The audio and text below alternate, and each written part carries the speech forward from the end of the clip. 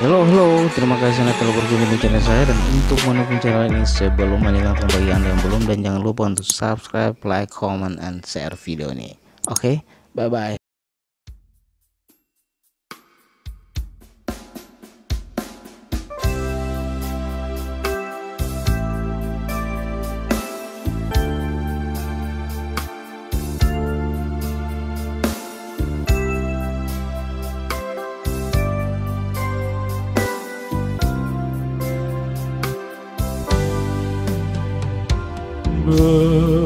Bersama Maria kita hadapi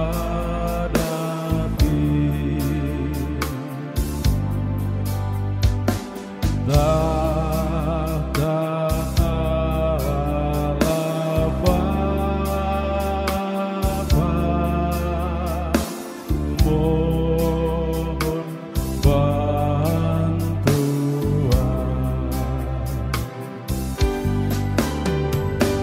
Simeon ramalkan hatimu Maria.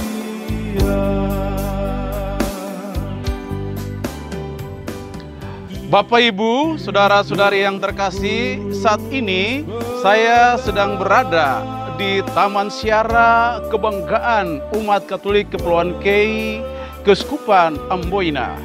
Di tempat inilah 78 tahun lalu, atau tepatnya 30 Juli tahun 1942, Yang Mulia Monsinyur Yohanes Ars MC bersama misionaris, para pastor, para bruder, para suster ditembak mati oleh Jepang demi mempertahankan imannya dan kecintaannya yang mendalam terhadap umat Allah di Kepulauan Kei.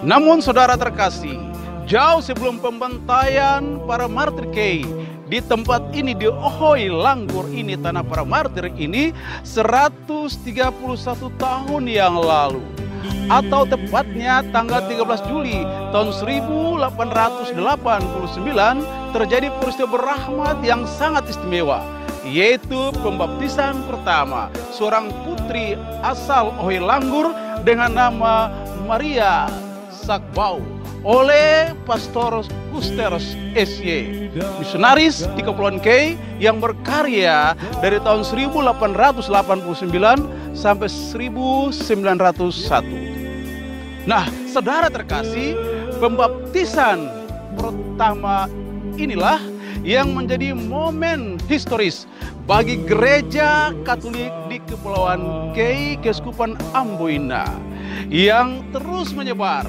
dari Langgur yang mulia, negeri dan tanah para martir ini, sampai ke seluruh Maluku, Papua, Sulawesi, bahkan ke seluruh Indonesia.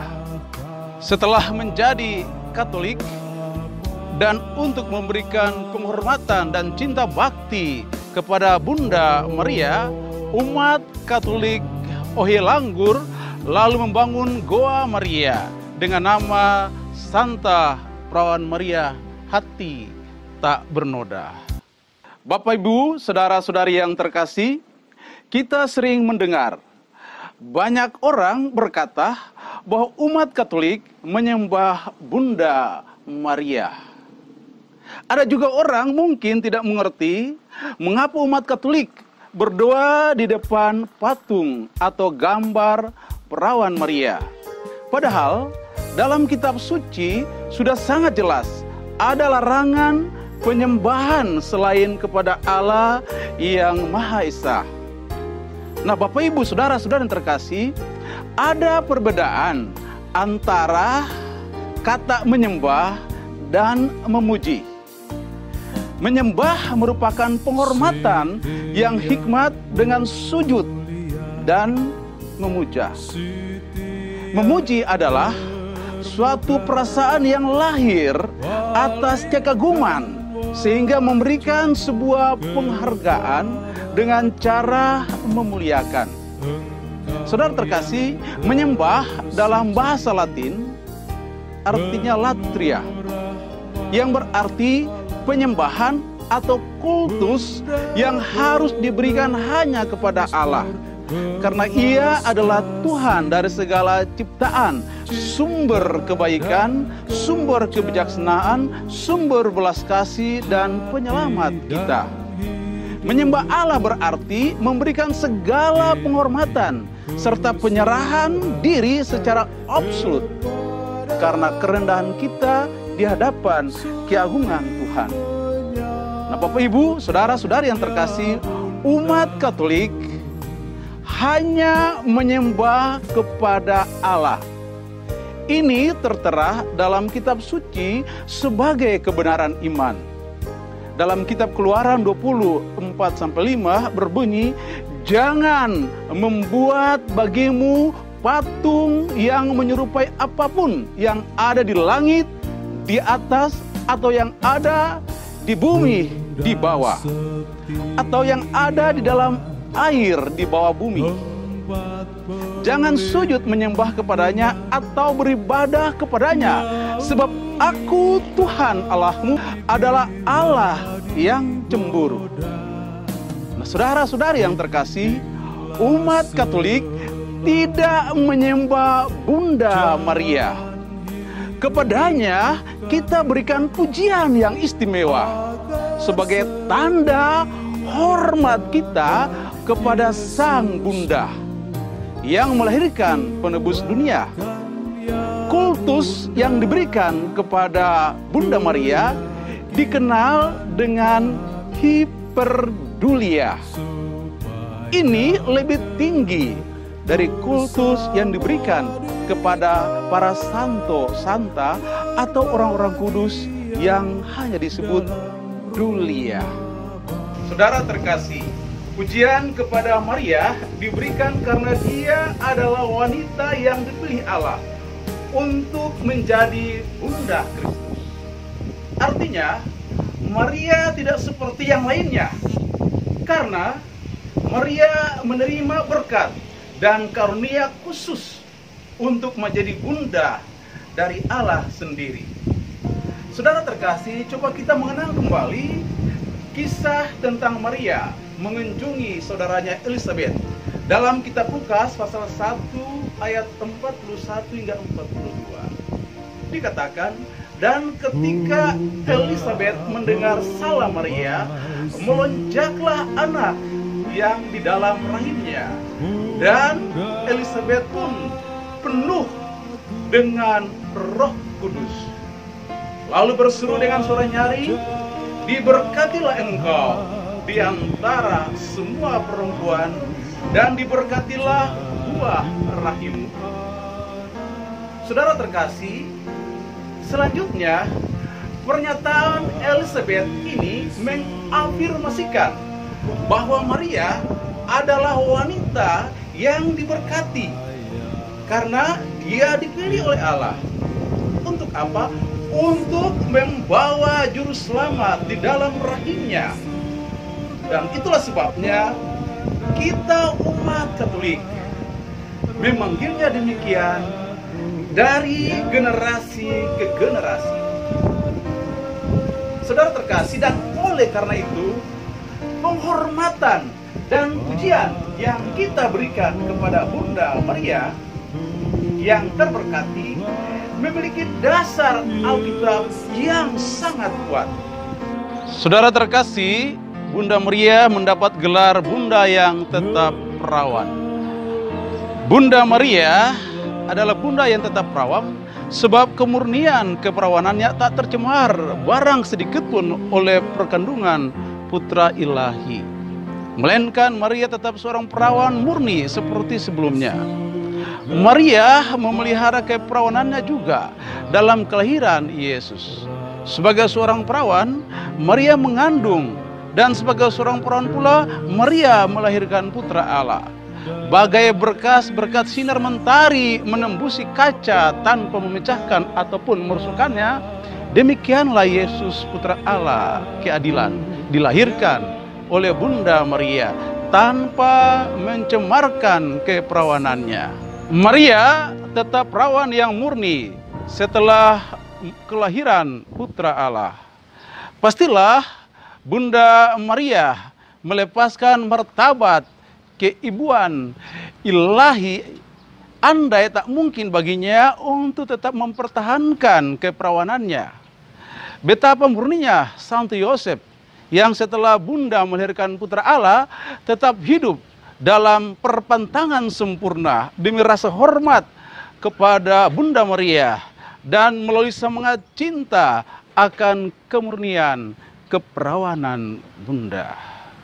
Saudara terkasih, Bunda Maria juga mendapat gelar Maria Perantara kepada Kristus. Kita menghormati dan memuliakan Maria karena ia adalah pengantara kepada Kristus bagi semua anak yang datang memohon belas kasih Allah. Nah, Gereja Katolik tidak pernah mengajarkan bahwa Maria menggantikan posisi Tuhan Yesus sebagai perantara. Gereja selalu mengajarkan bahwa hanya Kristuslah satu-satunya jalan untuk menuju Bapa, dan hanya melalui Dialah kita didamaikan dengan Allah. Ini berarti Yesus adalah satu-satunya mediator Allah dengan manusia. Saudara, namun ada arti lain dari kata perantara yang menjurus pada pemohon bantuan. Contohnya, kita seringkali meminta bantuan para imam atau orang lain agar didoakan. Dalam konteks ini, mereka pun menjadi perantara, namun bukan berarti mengesampingkan peranan Kristus sebagai mediator utama. Jadi, dalam hal ini yang ingin disampaikan adalah Maria adalah perantara yang istimewa karena lebih dekat dan bersatu dengan Sang Sabda inkarnasi Yesus sendiri dan sekaligus menjadi ibu Tuhan. Nah, kita bisa melihat contoh peran mediasi Maria yang meminta bantuan kepada Yesus dalam kitab suci tentang pernikahan di Kana di Galilea. Intervensi Bunda Maria dalam mujizat pertama putranya bukanlah suatu kebetulan. Cerita pernikahan di Kana menyoroti peran kooperatif Maria dalam misi Tuhan Yesus. Jadi, doa dan pujian yang diberikan kepada Bunda Maria bukanlah bentuk penyembahan, melainkan penghormatan dan cinta sebagai Bunda Allah. Tidak diragukan lagi bahwa dia adalah wanita yang paling diberkati dan suci. Dan karena alasan itu, Maria pantas untuk dicintai, dihormati, dan diteladani. Seringkali juga ada suara-suara dari non-Katolik mengatakan bahwa kita menyembah Maria ketika melihat kita mempersembahkan bunga, memberi lilin, dan mendupai patung atau gambar Bunda Maria. Persembahan tersebut sekali lagi bukanlah bentuk penyembahan. Umat Katolik tidak menyembah patung ataupun gambar. Sudah sangat jelas tertera dalam kitab Keluaran, pasal 20 ayat 4 sampai 5. Kalau kita melihat narasi kitab Bilangan, dikatakan, maka berfirmanlah Tuhan kepada Musa, buatlah ular tedung dan taruhlah itu pada sebuah tiang, maka setiap orang yang terpagut, jika ia melihatnya, akan tetap hidup. Allah menyuruh Musa membuat patung sebagai simbol keselamatan dari kematian akibat gigitan ular. Namun bukan sumber keselamatan atau keselamatan itu sendiri. Karena sesungguhnya keselamatan itu hanya ada pada Yesus Kristus. Begitu pula dengan patung atau gambar Bunda Maria ataupun para santo. Bukan untuk disembah, melainkan untuk merangsang iman dan kepercayaan kita. Karena di balik patung atau gambar ada sosok yang menjadi panutan dalam hidup yang telah memberikan kesaksian hidup tentang iman dan kepercayaannya kepada Allah. Saudara terkasih, ungkapan iman memang tidak dibatasi oleh mata. Perlu saya jernihkan dan klarifikasikan, ketika seseorang Katolik berdoa di depan sebuah gambar, ia tidak pernah berpikir untuk memohon pada gambar tersebut. Jadi sekali lagi, gambar atau patung kudus hanyalah sebuah representasi, karena ungkapan iman tidak dibatasi dengan dipandang mata, melainkan lebih jauh dari itu. Saudara, Katekismus Gereja Katolik menjelaskan bahwa ini adalah ibadah yang sama sekali berbeda dari penyembahan. Dalam nomor 971 dikatakan, sesungguhnya mulai dari sekarang segala keturunan akan menyebut aku berbahagia.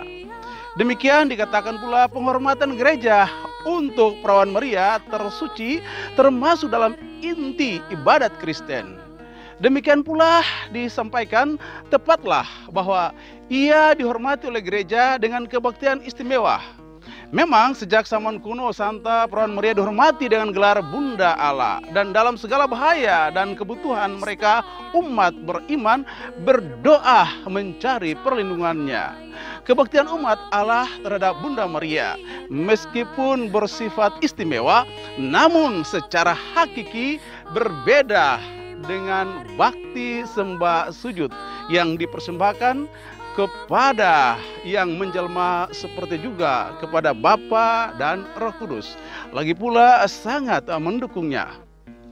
Ia mendapat ungkapannya dalam pesta-pesta liturgi yang dikhususkan untuk Bunda Allah, dan dalam doa Maria seperti doa Rosario yang merupakan ringkasan seluruh Injil.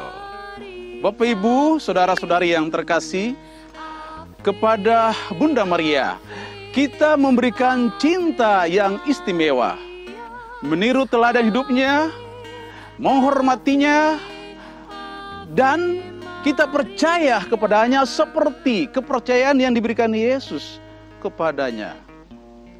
Bunda adalah makhluk pertama yang sepenuhnya dimuliakan Allah.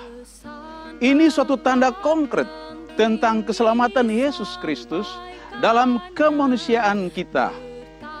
Memuliakan Maria berarti, saudara-saudari yang terkasih, kita mengakui iman kita dalam penggenapan Paskah Yesus Kristus yang kuat dalam diri kita.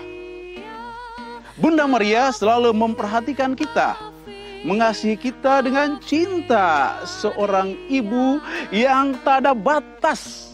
Karena Yesus sendiri telah menyerahkan Bunda Maria kepada kita.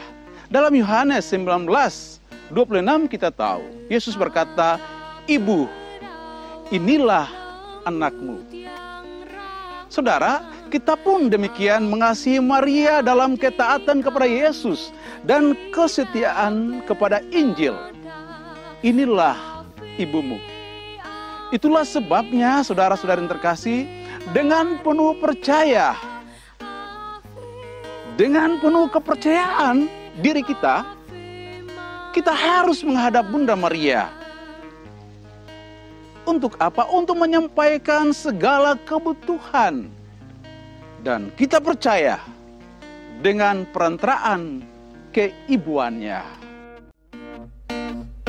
Tersingkap di laut